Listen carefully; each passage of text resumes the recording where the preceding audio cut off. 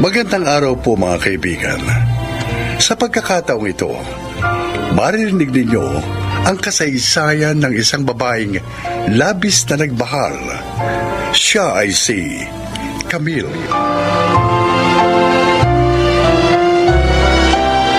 Dati naming driver si Gerald. Dahil mabait naman siya, tinanggap ko ang pag-ibig niya nang ligawan niya ako. At dahil hangad ni Daddy ang kaligayahan ko, hindi na siya tumutol sa pagpapakasal namin.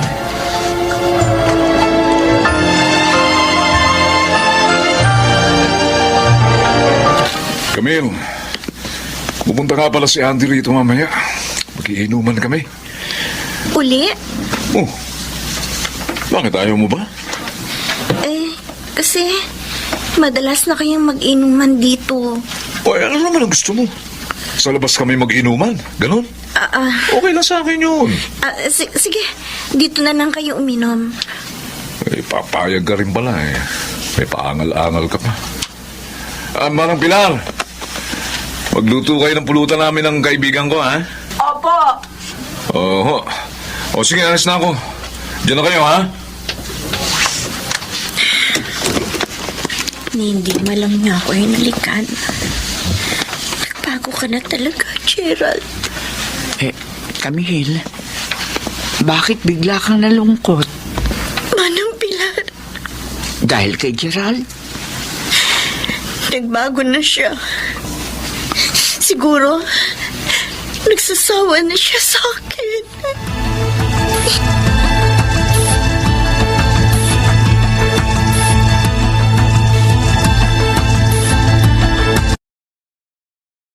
Mo talaga sa asawa mo, pare. Bakit naman, pre? O dahil mayaman siya. Kaya yung kita mo sa trabaho, ay sulong-sulo mo eh. Di katulad ko, laging mas malaking parte ng misis ko sa sweldo ko. Swerte ba yun? Oo! Hindi siya nakakakita? Kailangan pa siyang akawin tuwing alis kami ng bahay, pre. Ay, Kaya tuloy, inis na akong isama siya sa paglabas-labas. swerte pa rin yun, pare. Bakit?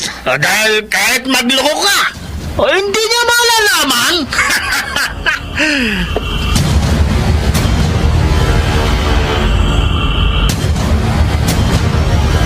Thanks, Ate Camille. Pumayag ka magbakasyon ako dito sa inyo. Gusto ko rin naman kasi makasama ka, Renzi. Kay Kuya Gerald kaya, okay lang ba sa kanya ang pagtira ko dito? Aba, oo naman. Ikaw pa eh, kapatid ka na asawa ko. Ay, thanks. Alam mo, ate, ang swerte mo kahit blind ka. Gwapo na ang hubby mo, mabait pa. Ay, thank you. At ikaw naman, napakaganda mo.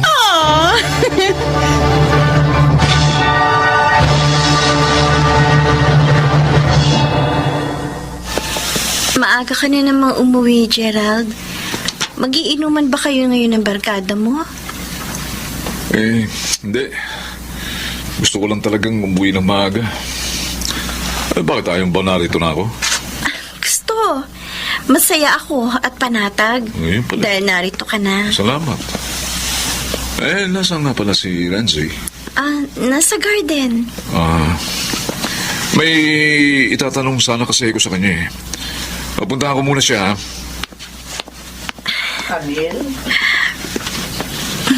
Camille, Manang, nakangiti ka. kasi po, ilang beses nang maagang umuwi ang asawa ko. Mukhang nagbabago na po siya. Dinidinig na yata ng Diyos ang prayers ko. Huwag ka magagalit, ha? Pero tingin ko, iba ang dahilan ng pag-uwi niya ng maaga. Po? Ano naman pong maaaring maging dahilan? Abe, napaka-close niya kay Renzi. Madalas pa nga sila magkatabi tuwing mag-uusap.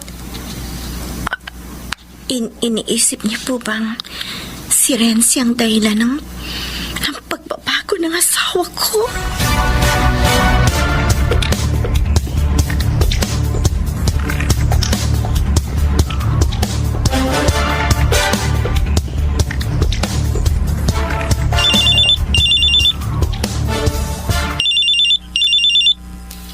Ang cellphone ko, may tumatawag. Si Sir Doming, bakit kaya? Masagot na. Hello po, sir? Oh, kumusta dyan, Pilar? Kumusta ang anak ko? Po? Hindi ka makasagot. Binibigyan pa rin ba ng problema ni Gerald ang aking anak? Pinagbubuhatan ba ng kamay si Camille? Hindi naman ho, Sir Doming. Maaga na rin ho siya umuwi ng bahay ngayon. Mabuti naman. Si Renzi, kumusta naman siya? Nako, sir, Oh, pakiramdam ko ho. Magkakaproblema ng malaki rito dahil ho sa kanya. Bakit mo ko inabangan sa labas nitong fast food, Renzi? Naiinip na kasi ako sa bahay. Ha? Gusto ko naman mag-relax. Mamasyal. Gusto mong mamasyal? Saan? Kahit saan mo ko gustong dalhin, sasama ako. Kahit sa langit. Yun! Yun talaga ang gusto kong puntahan. Ba? Alam ko kasing pag nasa bahay, hindi mo ako magdadala sa langit. Renzi? Kaya, inabangan na lang kita dito sa labas.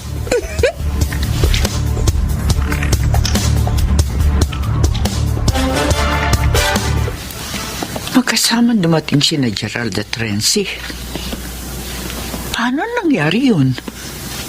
Nagkita ba sila? Sige, Kuya Gerald. Una na ako sa'yo. Okay. Manang Pilar, sige na. Ako na magsasara ng gate. Pumasok na kayo sa bahay. Sir Gerald.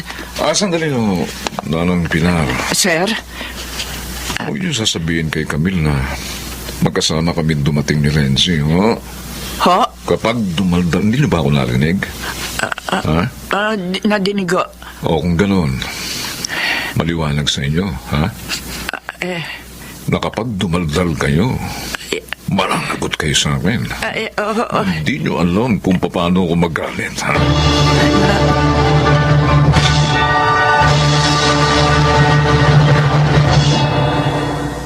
Ayos pala itong si Renzi Gerald. Game kahit sa inuman. Talagang game sa lahat ng bagay itong halik ko, ha? Of course. Hindi tulad ni Ate Camille. Ay, paano naman magiging game yun? Hindi naman nakakakita. Ay, Andy. Oh. Alam mo, sa totoo lang, ha? Ano? Gusto ko lang hiwalayan si Camille, eh. Ha? Ang gusto ko, kami na lang nitong si Renzi magsama. Talaga, honey? Ay, no. Magagalit kay Renzi ang ate niya. Pati na rin yung daddy nila. Ay, hindi ko kapatid si Camille. Ampon lang nila ako. Ano? Ampon nila ako dahil nga bulag si Camille. Para raw hindi malungkot si Camille. Kaso, ayoko sa kanya. Eh, kailangan mo pa rin magkunwari, Renzi. Sige nga, hindi ka magkakaroon ng mana niyan. Oh, di ba? Kaya nga bait-baitan ako sa kanya. Ay, ayos lang pala, Renzi. Kahit agawin mo si Gerald kay Camille. Dahil hindi naman kayo magkapatid. Correct! At isa pa, ha? Hindi naman niya nakikita, ha?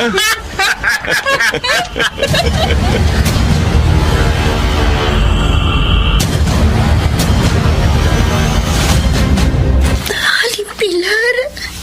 Huwag ka sana magalit, Camila. Matagal na ako sa pamilya niyo. Kaya ganito na lang ang malasakit ko sa iyo. Kaya nga kahit binantaan ako ni Gerald, hindi ko matiis na ilihim sa iyo ang totoo. Pinagtatak silang kanila.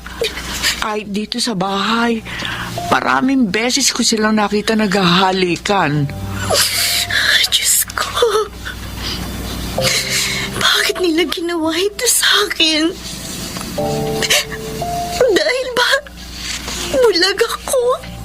Walang kwentang asawa si Gerald. At si Renzi naman, isa siyang ahas. Kinupkup na nga ninyo. Nagawa ka pang saktan? Napakasakit, Manang Pilar. Oo, hindi ako nakakakita. Pero ramdam ko ang panalamig sa akin ni Gerald. akalain. Si Renzi ang dahilan noon. Kailangang malaman na ito na yung daddy. Nagbilin siya sa akin. Nasabihin ko sa kanya ang lahat ng mangyayari dito. Pero baka kung anong gawin ni Daddy kina Gerald at Renzi. Camille, lalong mahirap kung maglilihim tayo. Kaya pasensya ka na. Pero ipagtatapat ko sa iyong daddy ang lahat. Honey, tapos na ako maligo. Wow!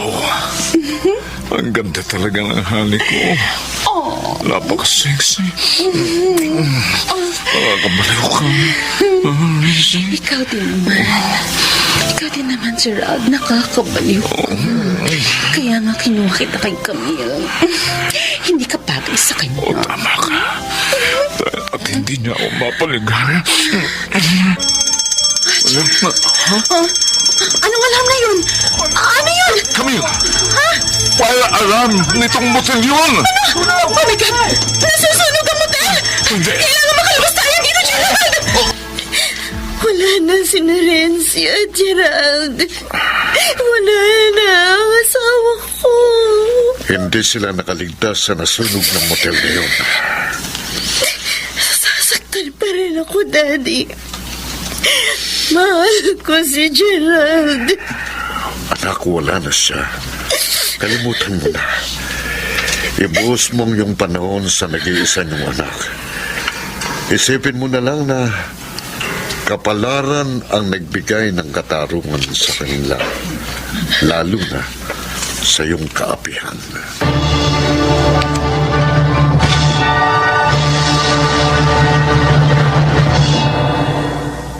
Maraming taon na ang lumipas mula nang pumanaw si Gerald. Masakit man ang ginawa niya sa akin. Isang alaala naman ang ibinigay ng Diyos sa akin sa pamamagitan niya. Ang aming anak na dalaga na ngayon at siya kong gabay sa aking katandaan. Ako po si Camille at ito ang aking buhay. Kung lagi sanang aalalahanin ng tao na may dakilang lumikha na sa atin ay nagbabantay, sana ay wala nang maaapi at mang-aapi. Mga nagsiganap: Jenaline de la Cruz, June Martin Legaspi, Phil Cruz, Susan Robles, Maynard Landicho Jr. at Chiquit del Carmen Amor sa papel na Camille. Naglapat ng angkop na tunog Jerry Mutia, sa musika Buboy Salonga, supervisyong teknikal Eric Lucero at Bong Muyar, creative consultant Phil Cruz, production assistant Anching Cruz. Ito'y mula sa panulat ni Stelma Corporal Alcantara at sa direksyon Salvador M. Royales. Ito ang aking buhay.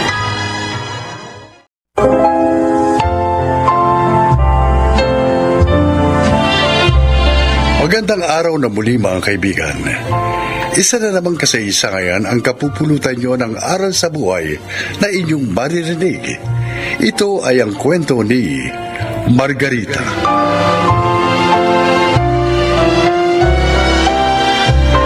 Years old na si Rich nang pumanaw ang kanyang ama. Mula noon, hindi na ako nag-asawa pa. Kay Rich ko na lang ibinuhos ang aking panahon. Hindi naman niya ako binigo dahil lumaki siyang mabait at masunurin. Ngunit kung minsan, mapagbiro ang kapalaran. May mga nagbabalik na nakaraan. Hindi! Mami, wala pong sinabing kanya sa akin si Jim.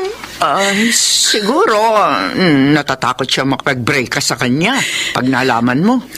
Naglihim siya sa akin. Samantalang ako walang itinago sa kanya. Aba, unfair yun para sa'yo, anak.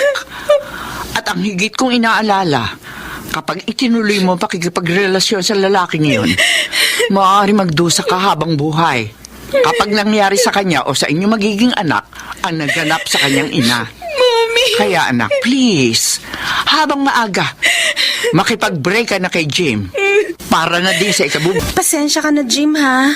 Masama talagang pakiramdam ko eh. Kaya gusto ko nang umuwi ng maaga. Susunduin na lang kita dyan ngayon para maihatid sa inyo, ha? Ay, huwag na. Maaabala ka pa. Wait, girlfriend kita. Hindi ka abala sa akin. Next time mo na lang ako sunduin. Kasabay ko naman si Kyla. Kaya huwag ka na mag-alala, ha? O sige, bye. Girl, talaga ba masama yung pakiramdam mo? Eh, kanina bago tumawag si Jim, nagtatawanan pa tayo ah. Ayoko lang muna makausap at makasama siya, Kyla. Nagtatampo ka sa kanya? Pero, mabait naman siya. At mahal na mahal ka. Higit pa to sa tampo. May nalaman akong lihim nila. Lihim? Eh, anong kaugnayan nun sa relasyon ninyo?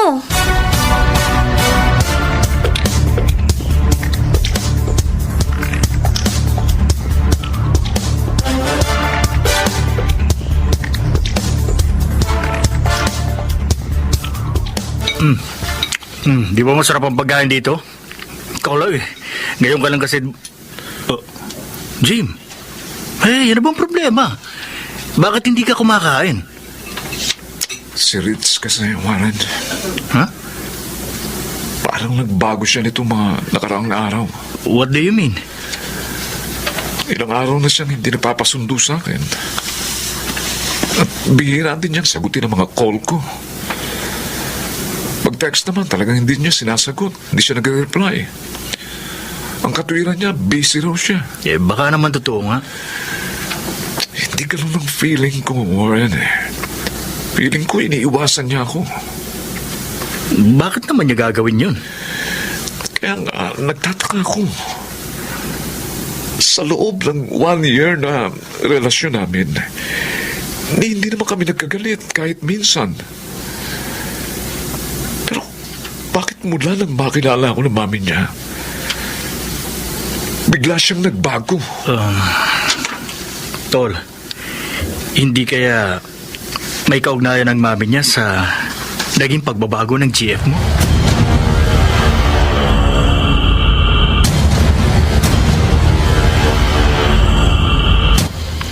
Halos 2 weeks nang hindi dumadalaw dito si Jim. At sabi ni Ritz, hindi rin niya sinasagot ang mga text sa tawag ng lalaking yun. Hindi pa raw siya handang kausapin si Jim. Buti naman. Ibig sabihin, umipekto ang ginawa ko. Ngayon, makagaganti na rin ako sa iyo, Eliseo, sa pamamagitan ng iyong anak na si Jim.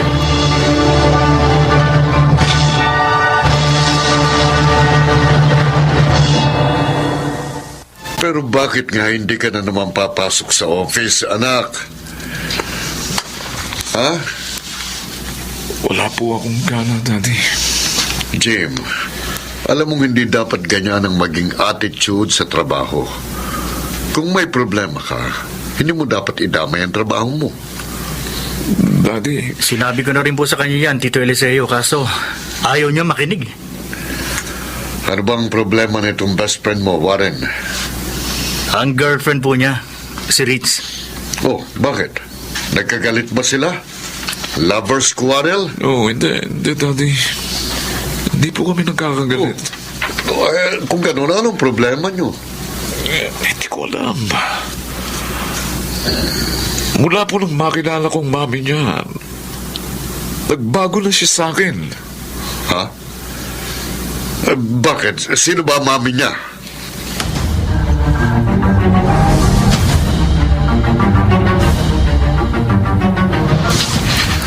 Mabuti naman. Pumayag kang sumama sa akin dito sa park. Makapag-uusap tayo ng gusto. Pasensya ka na kung iniwasan kita sa loob ng 2 weeks. Di pa kasi ako handang harapin ka. Hindi mo ko... Pero bakit? Ano ba talaga ang problema, Ritz? Hindi mo alam? O ayaw mo pa rin ipagtapat sa akin hanggang ngayon? Talagang wala akong alam. Sabihin mo, ano nga ba yun?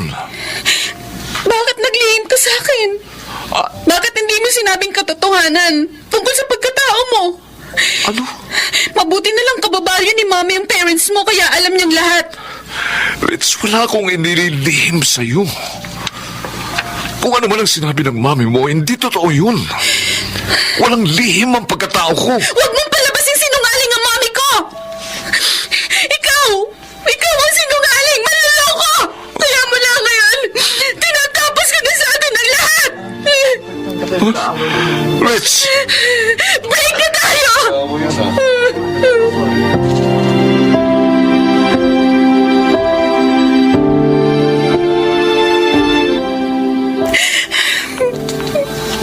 Rich?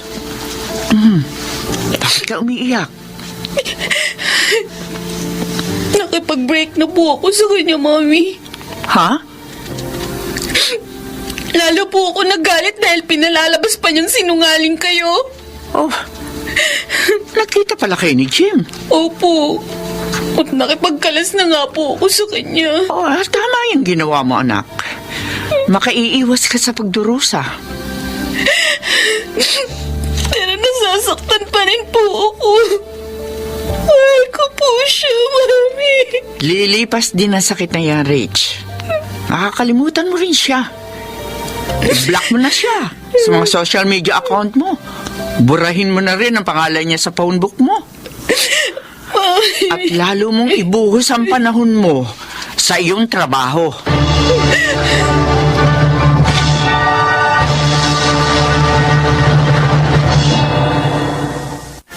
Hanggang ngayon pala, Jim, may sakit ka pa rin.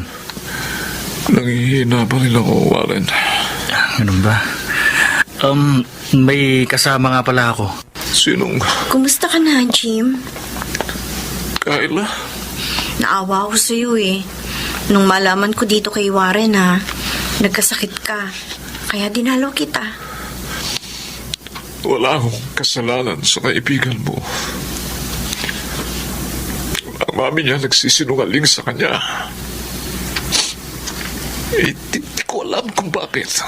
Hindi nga rin ako makapaniwala eh. Nung ipagtapat sa akin yun ni Ritz. Alam mo, naisip ko lang. Hindi kaya may galit ang mami ni Rich sa pamilya mo, Jim? Kaya kanya sinisiraan kay Rich? Posible yun. Kasi, kilala daw ni Tita Margarita ang daddy mo.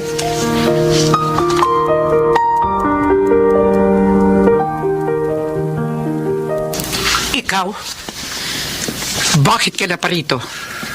Bakit mo idinamay ang mga bata, Margarita? Wala silang kasalanan? Hindi ako papayag na malahi ang kami ng taksil at manluloko. Oo, inaamin ko. Nasaktan kong damdamin mo. Iniwan kita at nagpakasal ako kay Olivia. Pero yun ay dahil siyang tunay kong mahal. At matagal ko nang inihingi ng tawad sa iyo yun. Sobrang sakit. Sakit ang naramdaman ko no, Eliseo. Kaya dapat lang na masaktan din ang anak mo. Maramdaman niya na dama ko noon. Kaya siniraan mo kami sa iyong anak. Sinabi mong may lahi kaming baliw. Kahit ang totoo, wala naman. At wala rin sa mga kamag-anak ko ang nasa mental hospital. Tama na ang usapang ito. Break na mga anak natin. Napaghiwalay ko na sila. Mami! Bakit niyo ginawa yun? Rich, Para lang makaganti sa kanila. Niloko niyo ako! Sinaktan niyo ang damdamin ko! sandali anak. Magpapaliwanag Tama ko. pala si Jim! Kayo ang manloloko! Anak! Rich! Bumalik ka rito! Rich!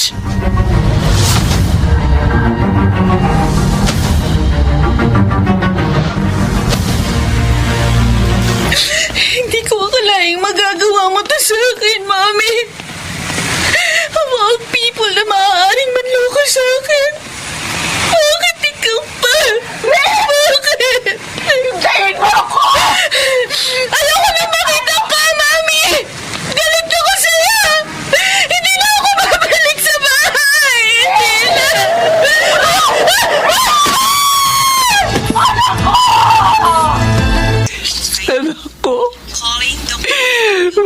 ginawa ka. Gumising ka na. Hindi ko kayang mawala ka na. Si Rich, nagkakamalay ng anak ko. Salamat po, Diyos ko. Maraming salamat po.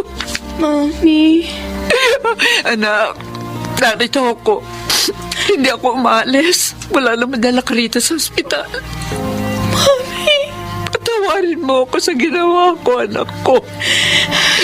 Nagsisisi na ako. Totoo po. Oo, anak. Katunayan, humingi na rin ako ng tawad kina Jim at Eliseo. Huwag ka na sana magalit sa akin, anak. Bigyan mo ako ng pagkakataon na maituwid ang aking pagkakamali.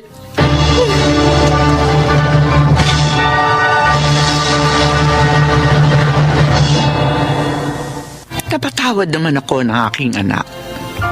Pati na rin ni Jim at Eliseo. Katunayan, ngayon ay balai ko na si Eliseo. Tunay nang magaan sa damdamin ang walang kinikimkim na galit. Sana po inyong kinapulutan ng aral ang aking kasaysayan. Ako si Margarita. At ito ang aking buhay. Walang ibubungang mabuti ang paghihiganti. Kaya marapat lang na ito'y huwag ugaliin. Mga nagsiganap: Jeneline de la Cruz, June Martin Legaspi, Phil Cruz, Chiquit del Carmen Amor, Maynard Landicho Jr. at Susan Robles sa papel na Margarita. Naglapat ng angkop na tunog Jerry Mutia, sa musika Buboy Salonga, supervisyong teknikal Eric Lucero at Bong Boyar, creative consultant Phil Cruz, production assistant Anching Cruz. Ito'y mula sa panulat ni Selma Corporal Alcantara, sa direksyon Salvador M. Royales. Ito ang aking buhay.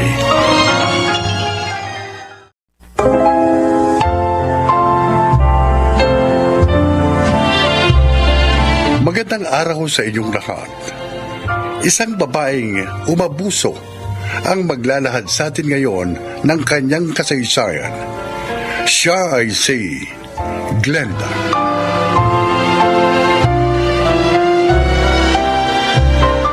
May kaya sa buhay sina Chito. At dahil masipag naman kaming dalawa, lalong guminhawa ang buhay namin nang ikasal kami. Nakakahiyamang sabihin, pero dahil doon, kaya nagbago kami. Masarap naman itong almusal, Glenda. Ba't nakasimangot ka? Si Neneng kasi, nakita ko, may isa na namang kapitbahay na binigyan ng tanim nating kamyas. Ha? Na naman? Oo! Teka, dati ba niyang ginagawa yun? Oo nga! Ba't di mo siya binawalan? Hindi niya dapat gawin yun. Lalo na't wala tayong permiso. Sinabihan ko na siya. Kaso nga, may binigyan na naman siya kanina. Ha? Ang katwiran niya, kaunti lang naman daw ang hiningi ng kalugar natin. Pangsigang lang daw. Ba, kahit na. Dapat magtanim sila ng may magamit sila. Hindi yung namimirwisyo sila ng iba. Yun din nga nasa isip ko. Alam mo, gusto ko na ngang paalasin si Neneng eh.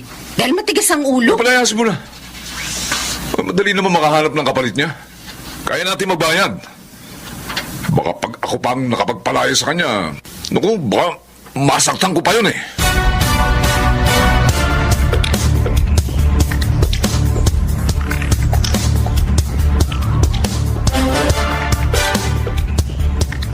Oh, kanina nang lumabas kayo, masaya kayo. Pero nang pumasok na kayo dito, malungkot na kayo. May nangyari po ba sa labas, Nay? Oo nga, Nay. Sumamba po ba ang pakiramdam ninyo? Hindi, Rogelio, Regina. Nakita ko kasi si Neneng. Naawa ako sa kanya. Bakit ho? Ano po bang nangyari sa kanya? Pinalaya siya ng mag-asawang Glenda at Chito. Nagalit daw sa kanya yung mag-asawa dahil sa pagbibigay niya ng konting kamya sa isa nating kalugar. Dalawang yun talaga, oh. Sobra? Yumaman lang parang hindi na marunong makipagkapwa. Oo nga. Yung isa nga nating kapitbahay, inis sa kanila. Kung makapagsalita raw kasi, kala mo kung sino. Masyadong mataas ang tono. Kalahati nga lang ng sweldo ni Neneng ang ibinigay ng mag-asawa. Ay, ano ho? Eh bakit ganun? Eh, yung kalahati raw, bayad ni Neneng sa mga pananim nilang ipinamigay. Brandon, dami pa ng bata rito sa lugar mo. Oo, Chito. Masaya nga ang dalawang anak namin eh. Ha? Masaya sila? Dito? Nakakainis sa lugar na ito. Kasi ang kukulit ng mga bata, oh, ayan, oh. Eh, yung ang isa, nasigawan ko pa kanina eh. Bakit naman? Ayaw kasi lumayo sa kotse ko. Eh, baka mamaya kasi masagasaan pa sila. O kaya magasgasan nitong kotse ko, di ba? Oo. Eh, hindi naman mababayaan ng mga magulang nila. Ikaw talaga, Chito. Masyado kang high blood eh. Kulit eh. Lagi kang mapapaaway niyan. Huminahon ka lang.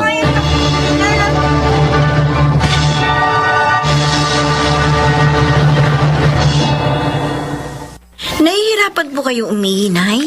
Oo, anak eh. Kailan pa ho yan? Eh, siguro mga 1 linggo na.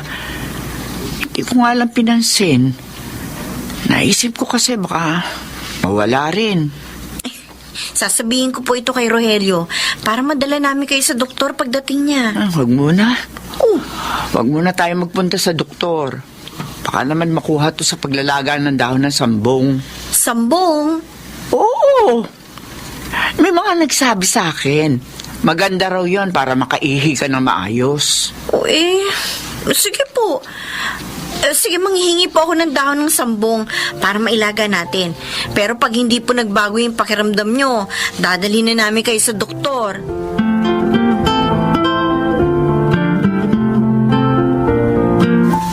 Manghihingi ka ng mga dahon ng tanim naming sambong. Oo, sana, Glenda. Konti lang naman para sa biyanan ko kay Nanay Anita. Inabala mo ako sa ginagawa ko, manghihingi ka lang pala. Pasensya ka na, ha? Bakit kasi kayo mga mahihirap? Ang hilig nyo manghingi ng pananim ng iba. Dapat magtanim kayo sa lugar nyo para hindi kayo makaperwisyo. Ang sakit mo naman magsalita. Oy, bakit? Ilang piraso lang naman ang hinihingi ko, ah. Nakikiusap pa ako. Ang dami mo nang sinabi. Oy, kung ayaw mo masaktan, huwag kang manghingi. Umalis ka na nga dito, perwisyo. Oo, aalis ako. Di man makailangan ako itaboy. Damot mo. Yumaman lang, hindi na marunong makipagkapwa.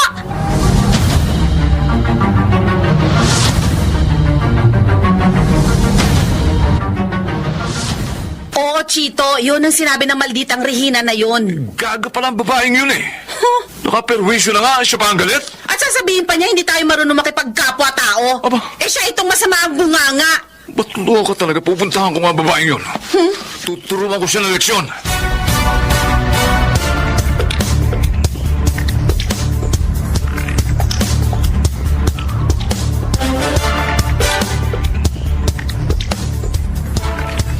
Bakit ka ba nagagalit? Hindi ko naman kinuha yung sambong nyo, ah. Kahit na. Pinagsalitaan mo pa rin na masakit ang asawa ko. Chito, siya ang una nagsalita ng masakit sa akin. Wala kang karapatang saktan ang loob ng asawa ko. Dapat sa'yo tinuturuan ka ng leksyon eh. Aray ko, bitiwan mo ang braso ko. Halika. Hoy! Oh, bitiwan mo si Regina, Chito! Huwag ka makialam dito, ha? Hindi mo binibigyan ng leksyon ang asawa mo. Kaya ako magtuturo sa kanya. Sabi ng bitiwan mo siya!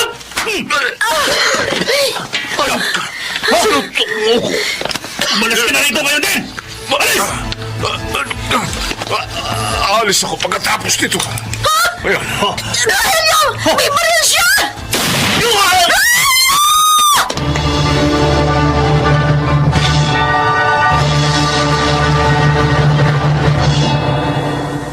Ano nangyari, Chito? Bakit ganyan ang itsura mo? Napatay ko si Rogelio, Glenda. Ano? Bakit mo ginawa yun? Nagkialam kasi siya sa away namin ni Regina. Nagalit na ako kaya binaril ko siya. Kaso napuruhan ko. Hindi ka dapat makulong, Chito. Ayoko makulong ka. Ayaw talaga makulong, Glenda. Ay, magtago ka. Tama, magtago ka habang inaayos ko ang lahat.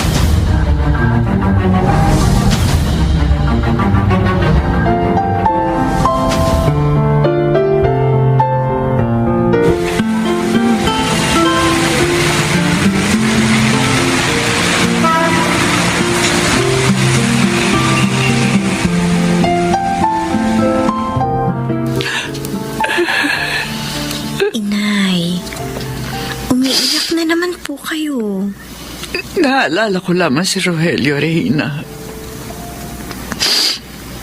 3 taon nang patay ang anak ko.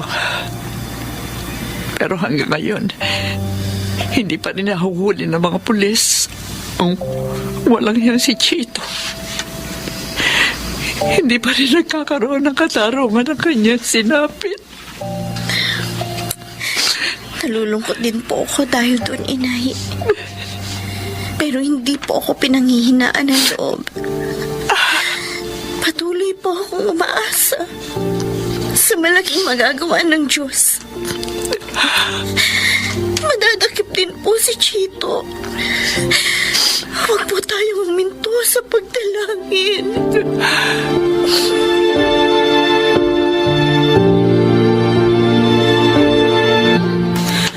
Kumusta ka na dito, Chito? Mas maayos ang buhay ko rito sa probinsya, Glenda. Nakalalabas ako at eto, nakalalanghap ng sariwang hangin.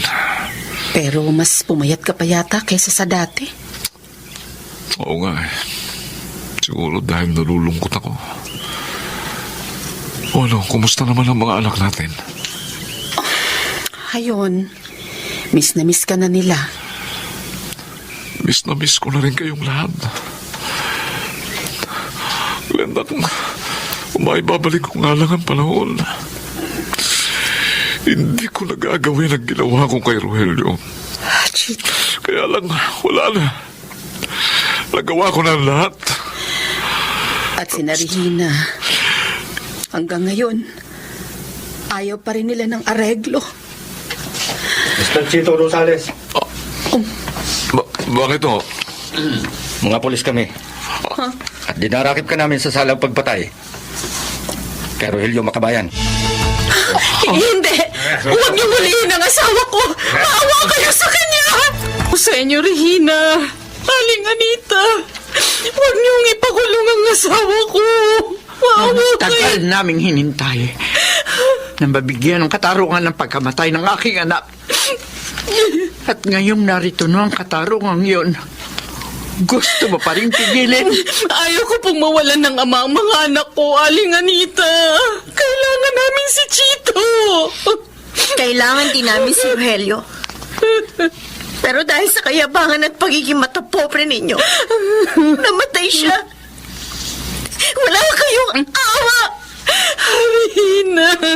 Pinagtaguan pa ng asawa mo ang kanyang kasalanan. Salamat na lang. Hindi natutulog ang Diyos. Kaya ngayon, pagdurusahan na ng asawa mo ang kanyang kasalanan.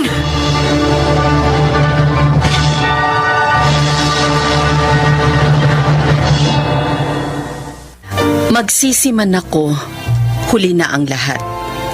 Nagdurusa na ang aking asawa sa kasalanang sa akin nag-ugat. Bago ho ako magpaalam sa inyo, gusto ko lang manawagan sa mga ginang na nakikinig. Sana'y maging mahinahon kayo sa pagpapayo sa inyong kabiyak at huwag niyo siyang ibuyo sa kapahamakan. Ako po si Glenda at ito ang aking buhay.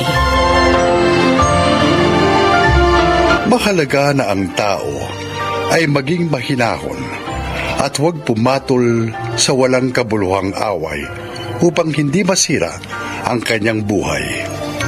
Mga nagsiganap, June Martin Legaspi, Chiquit del Carmen Amor, Maynard Landicho, Susan Robles, Phil Cruz at Jenaline de la Cruz sa papel na Glenda. Naglapat ng angkop na tunog Jerry Mutia, sa musika Buboy Salonga, supervisyong teknikal Eric Lucero at Bong Muyar, creative consultant Phil Cruz, production assistant Anching Cruz. Ito'y mula sa panulat ni Selma Corporal Alcantara, sa direksyon Salvador M. Royales. Ito ang aking buhay.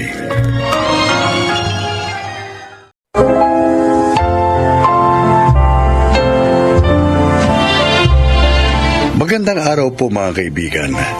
Isa na namang kasaysayan na kapupulutan nyo ng aral sa buhay ang inyong maririnig. Ito ay ang kwento ni Brian.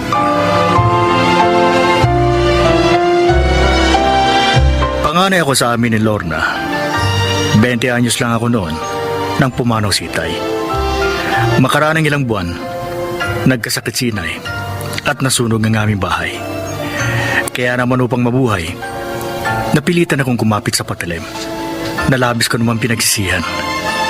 Kaya lahat ay ginawa ko upang mabago ang buhay ko.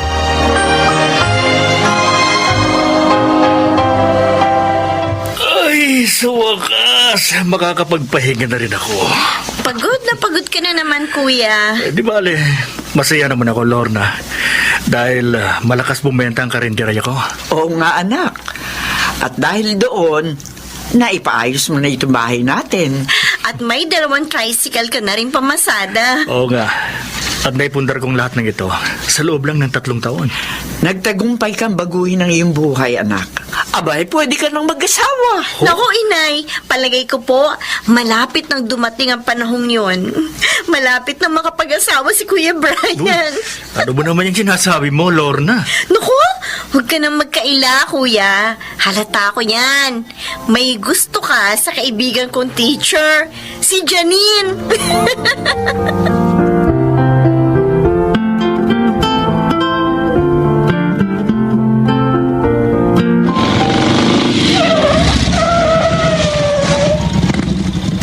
Oh, nandito na tayo sa inyo, Janine.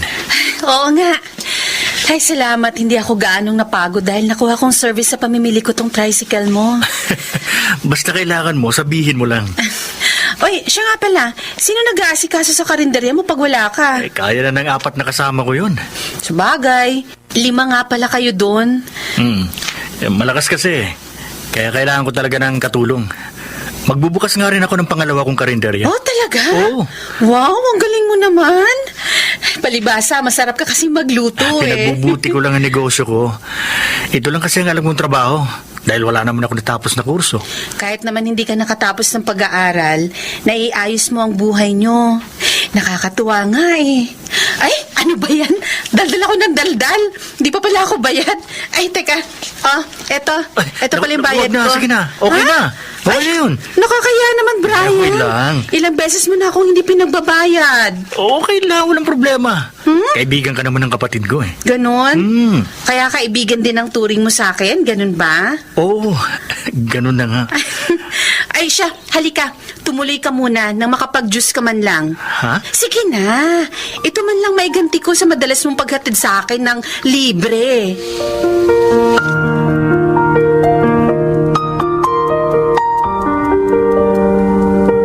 Ano, tapos ka na mag-check ng mga test papers ng mga estudyante mo, Ma'am Lorna? Oo, Ma'am Janine. Kaya nga nagpunta na ako dito sa inyo para makapagkwentuhan sa'yo. Bored ka ba sa inyo? Paano ako lang kasi mag-isa doon ngayon? Nasa sina Brian at Aling Elisa. Ay, hayon, tinulungan ni Inay si Kuya.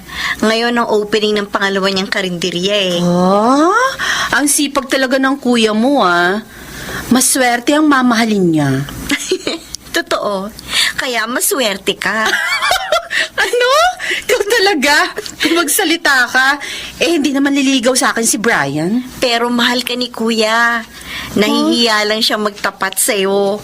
Nahihiya? Bakit naman? Baka raw kasi hindi mo siya tanggapin kapag nalaman mo ang lahat. Ang alin yun, Lorna? Ang madilim na nakaraan ng kuya ko.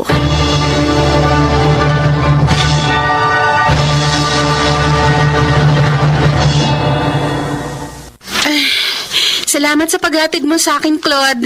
Okay lang yun, Janine. Ikaw lang eh. Kung sinasagot mo na ba ako di lagi ka ng may service. Magandang kotse pa. Hindi pangit na tricycle. Parang may gusto kang tukuyin. Madalas ka kasing magpahatid kay Brian.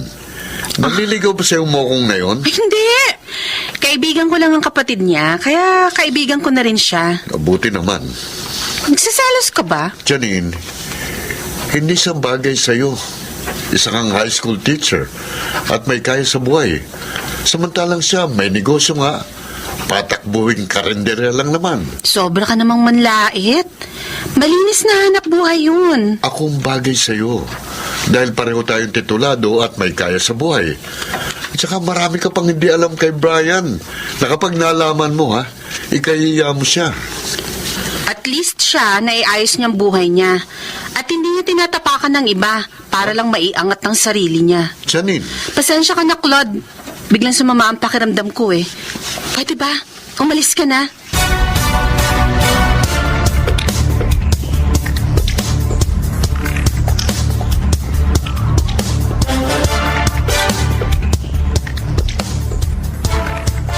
ating gabi na. Ayaw pa rin akong dalawin ng antok. Naiinis pa rin ako sa parang pagtatanggol ni Janine kay Brian. Para bang si Brian pang mas mabuti sa tingin niya kaysa sa akin? Ang mabahong putik na lalaking yun, tatalunin pa yata ako kay Janine? Hindi maaari yun. Hindi ako papayag.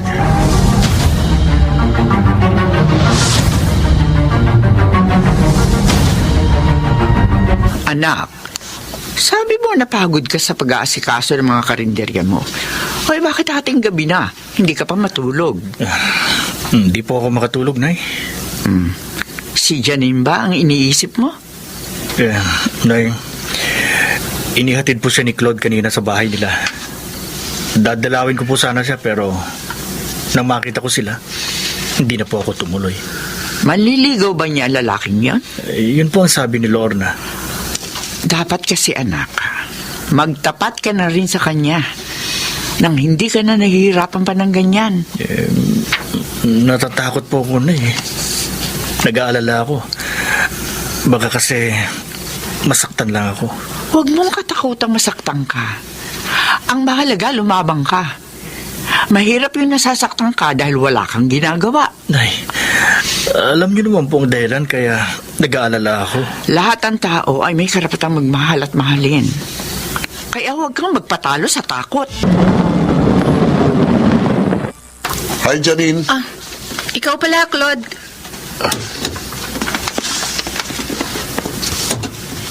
Nahirapan kang sumakay? Okay lang, may darating ding tricycle. Halika, ihatid na kita. Wag na. Salamat na lang. Sino gusto mong maghatid sa'yo? Ang putik na si Brian? Wala siyang ginagawang masama sa'yo. Kaya huwag mo siya kamakin. Talagang pinagtatanggol mo siya? Bakit? Gusto mo siya? Umalis ka na nga dito. Iwan mo ako. Akala mo ba papayag ako na matalo ng lalaking yun? Nagkakamali ka. Halika. Aray ko. Bitiwan mong braso ko. Oo, kapag nakasakay ka na sa kotse ko. Hindi ako sasama sa'yo. Ayoko. Bitiwan mo sabi ako eh. Hoy!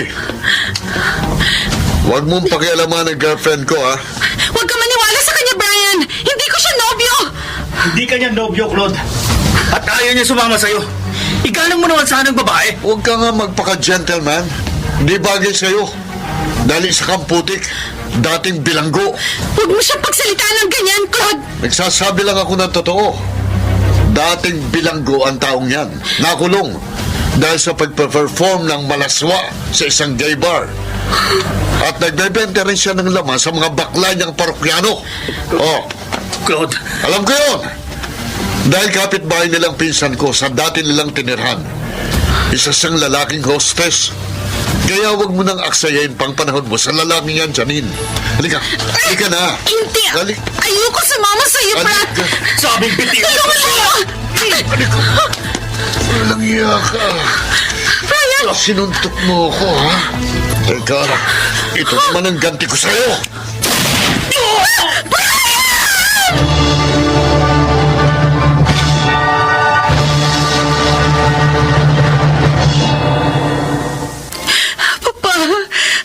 Papa, iniligtas ako ni Brian. Oh, Kung hindi siya dumating, malamang natangay na ako ng Claude na yon.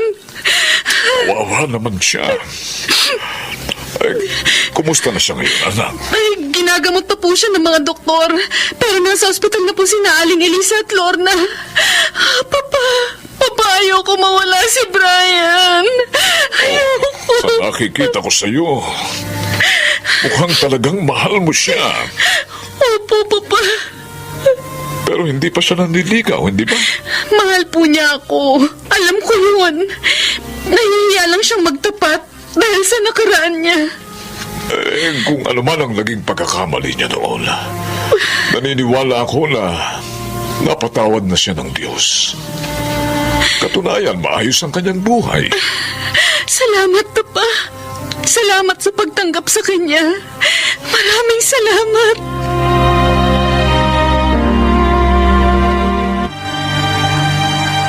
Janine, salamat. Dinalaw mo ko. Pinuntahan kita. Hindi para dalawin, kundi para sabihin sa'yo na hindi lang ang pamilya ni Brian ang nag-file ng kaso laban sa'yo. Maging ako. Janine, patawarin mo na ako. Nagawa ko lang yung sa labis na pagmamahal ko sa'yo. Masahol ka pa sa bilanggo, Claude. Pinagtangkaan mo ng masama ang iyong kapwa. Kaya dapat lang na magtusa ka.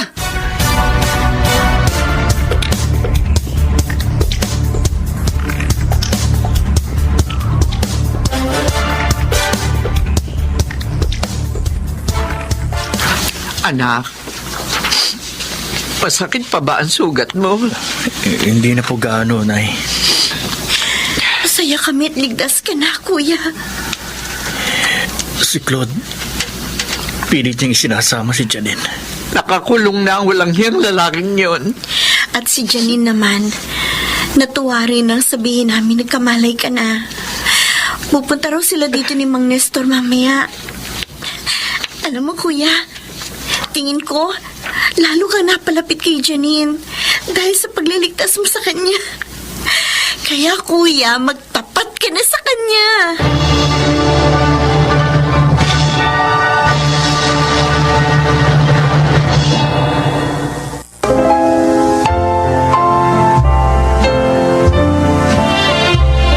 Kasal na kami ni Janine ngayon at may isa ng anak. Salamat sa Diyos. Naging madilim man ang buhay ko noon. Tinulungan pa rin niya akong maiayos ang lahat. Ako po si Brian at ito ang aking buhay. Hindi lahat ng nahuhulog sa putikan ay tunay na marumi. Kaya sana, huwag natin silang hatulan dahil may bahagi pa rin sila sa lipunang ating ginagalawan. Mga nagsiganap: Susan Robles, Chiquit del Carmen Amor, Jenaline de la Cruz, June Martin Legaspi, Phil Cruz at Maynard Landicho Jr. sa papel na Brian. Naglapat ng angkop na tunog Jerry Mutia, sa musika Buboy Salonga, supervisyong teknikal Eric Lucero at Bong Boyar, creative consultant Phil Cruz, production assistant Anching Cruz. Ito'y mula sa panulat ni Selma Corporal Alcantara, sa direksyon Salvador M. Royales. Ito ang aking buhay.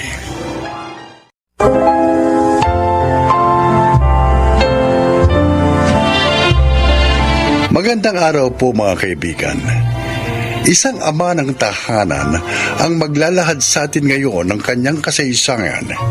Siya ay si Beloy. Mahirap kapag ang ama ng tahanan ang nabuyo sa bisyo. Hindi man masira ang kanyang pamilya, maipapahamak naman niya ito. Ganito po ang naganap sa buhay ko. Hindi pwede yan, Beloy. Boss, Malaking halaga ng utang mo sa akin eh. Dapat magbayad ka na. Boss Simeon, bigyan mo pa sana ako ng konting panahon. Wala pa talaga akong pera ngayon eh. Ano? Anak ng... Ang lakas ng loob mo maglaro sa pasugalan ko at mangutang sa akin, wala ka naman palang ibabayad. Boss, huwag ka naman magalit. Babayaran din kita. Pangako, bigyan mo lang ako ng konting panahon. Mahabang panahon ang hinintay ko. Sayang ang pera ko sa'yo eh. Natutulog lang. Kaya bayaran mo na ako. Kung wala kang ibayad, ganito ha. Pagtrabahuin mo sa amin ng asawa mo o anak mo. Aha? Ha? Yung asawa at anak mo. para makabawas ka ng utang mong visit ka. Bakit ka naman nagkautang ng ganong kalaking halaga sa mayamang yun, Beloy? Ay, Diyos ko. Nalulung ako sa paglalaro sa pasugalan niya eh. Kaya natalo ko ng malaking halaga eh. Diyos ko naman. Kaya pala madalas ka nang walang maibigay na pera sa akin. Eto, pinipilit niya akong magbayad na raw. Paano po yan, Tay? Wala naman po tayong maaaring isangla para maibayad sa kanila. Ang sabi niya, kung wala raw akong maibayad, magtrabaho daw sa kanilang isa sa miyembro ng pamilya ko. Ano? Para makabayad daw ako. Hindi ako pwede. Alam mong operada ako sa matris. At bawal pa sa akin na magtrabaho ngayon. Naku naman, Beloy. Ano ba itong ginawa mo? Nelda, patawarin mo na. Diyos ko. Pangako hindi na ako magsusugal. Kahit kailan. Pero sana tulungan niyo ako sa problema ko. Baka kung ano gawin sa akin ni Boss Simeon pag hindi ko siya nabayaran. Sige po, Itay. Ako na lang po magtatrabaho sa kanila. Pero anak, baka mahirapan ka. Lalo po mahirap kung patayin nila si Itay.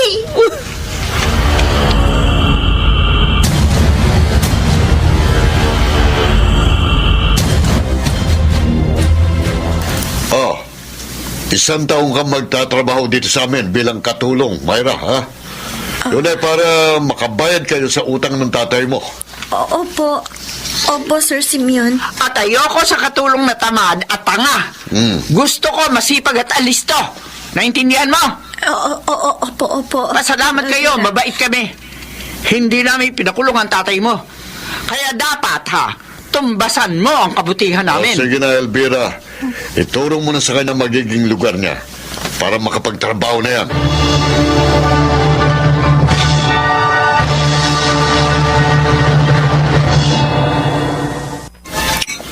Sarap ko palang magluto, Myra. Salamat po. At nagustuhan niyo yung luto ko, Kuya Delio. Sarap talaga eh. Sino bang nagturo sa'yo magluto? Si Inay po. Ayun ba? Okay palang nanay mo siya nga pala. Kumain ka na. Liga, sabayan mo na ako. Sige na. Halika na. Alam ko pagod na pagod ka na sa dami ng ginawa mo. Kaya kumain ka na rin.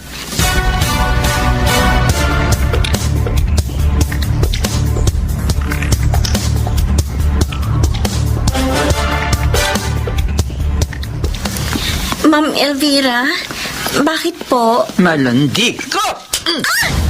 Ma'am! Bakit niyo naman po ako sinampal? Kitang-kita ko! Nilalandi mo yung anak ko! Hindi po totoo yan, ma'am. Hindi ka na nahiya? Sumabay ka pang kumain sa kanya? Si Kuya Delia po, nagsabi sabayan ko siya sa pagkain. Kahit po tanungin niyo po siya. Sagot ka po! Totoo po yung sinasabi ko. Gusto ko ipaalala sa'yo. Nasa ibang bansa lang ang manugang ko. Pero babalik siya. Kaya layuan mo si Delio. Hindi kita gusto para sa kanya. Ang kapal na mukha mo. Malagndi ka.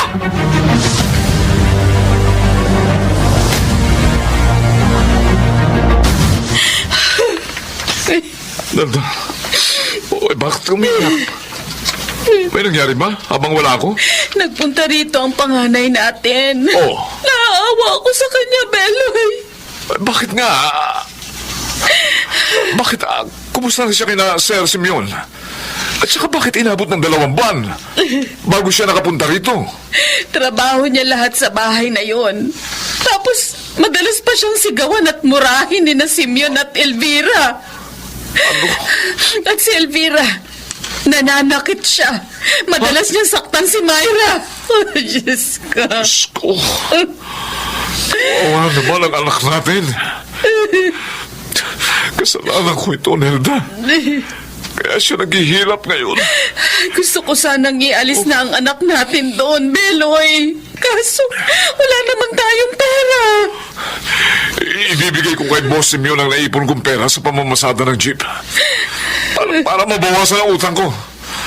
Para mapadali ang pag-alis ni Myra sa bahay na yun. Myra! Halika ka nga rito! Ma'am Elvira? Bakit po? Ikaw talaga ha, napakatanga mo!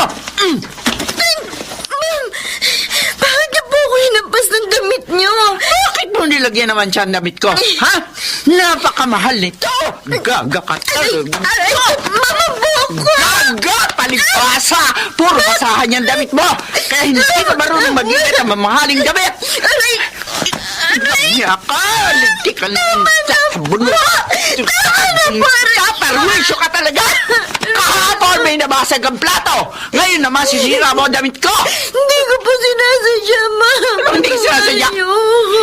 Idadagdag ko sa utang nyo ang halaga ng lahat ng nasira mo! Buwisit ka!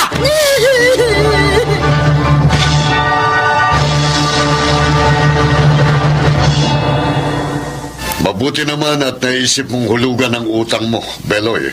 Sinigap ko makaipon. Gusto ko po kasi na makasama na namin ang anak namin ni Nelda. Nako, Beloy, kahit naghulog ka ngayon, hindi pa rin mababawasan yung utang mo. Nadagdagan pa nga uli eh. Ano ho? Bakit naman po? Yung anak mo! Sinira yung mamahaling kong damit! Nakabasag din siya ng plato namin. Kaya idinagdag namin sa utang ninyo ang halaga ng mga yon.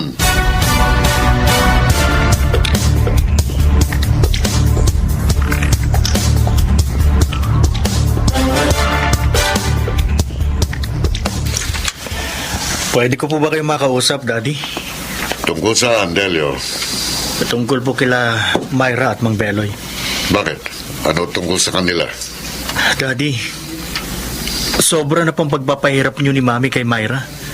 Hindi na po makatao yun. Delio, Hindi ko gustong saktan ng loob ninyo pero mali po talagang ginagawa ninyo. Maging ang pagdaragdag ninyo sa pagkakautang nila.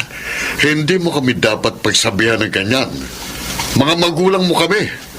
Dapat nasa panig ka namin. Oo, mahalaga po kayo ni Mami para sa akin. Ayoko po naman na may masamang masabi sa inyo mga tao.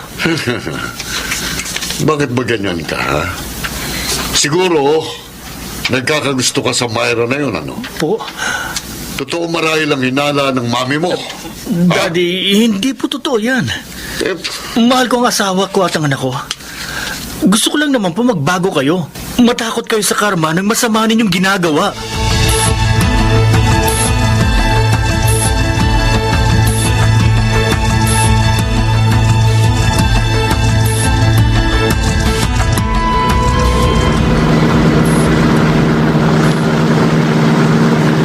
Kaya ka pala naiinis dahil sa anak natin. oo.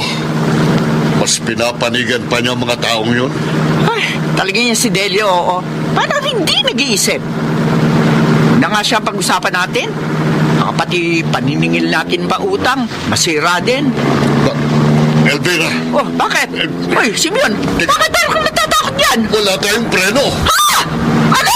No, hindi! Kumapit ka, mahuhulog tayo sa tuloy. Kape!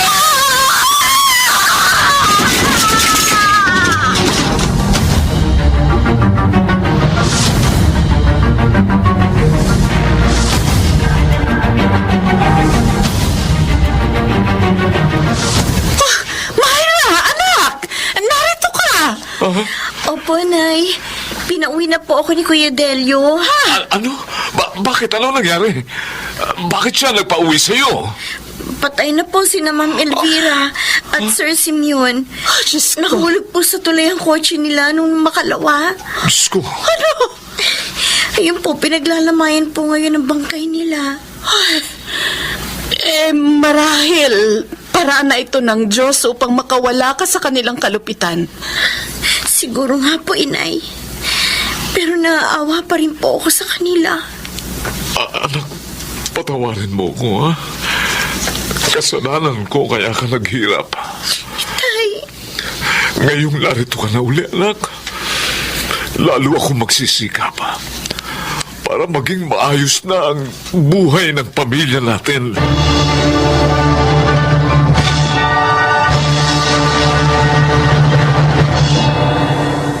Tinupad ko ang pangako ko sa aking mag-ina. Katunayan, tapos na ngayon sa college si Myra. Sana naman po'y kinapulutan nyo ng aral ang aking inilahan. Ako po si Beloy, at ito ang aking buhay. Payapa ang buhay ng taong sa tawag ng bisyo ay lumalaban. Makaragsiganap, Jenaline de la Cruz, Chiquit del Carmen Amor, Phil Cruz, Susan Robles, Maynard Landicho, at June Martin Legaspi sa papel na Beloy.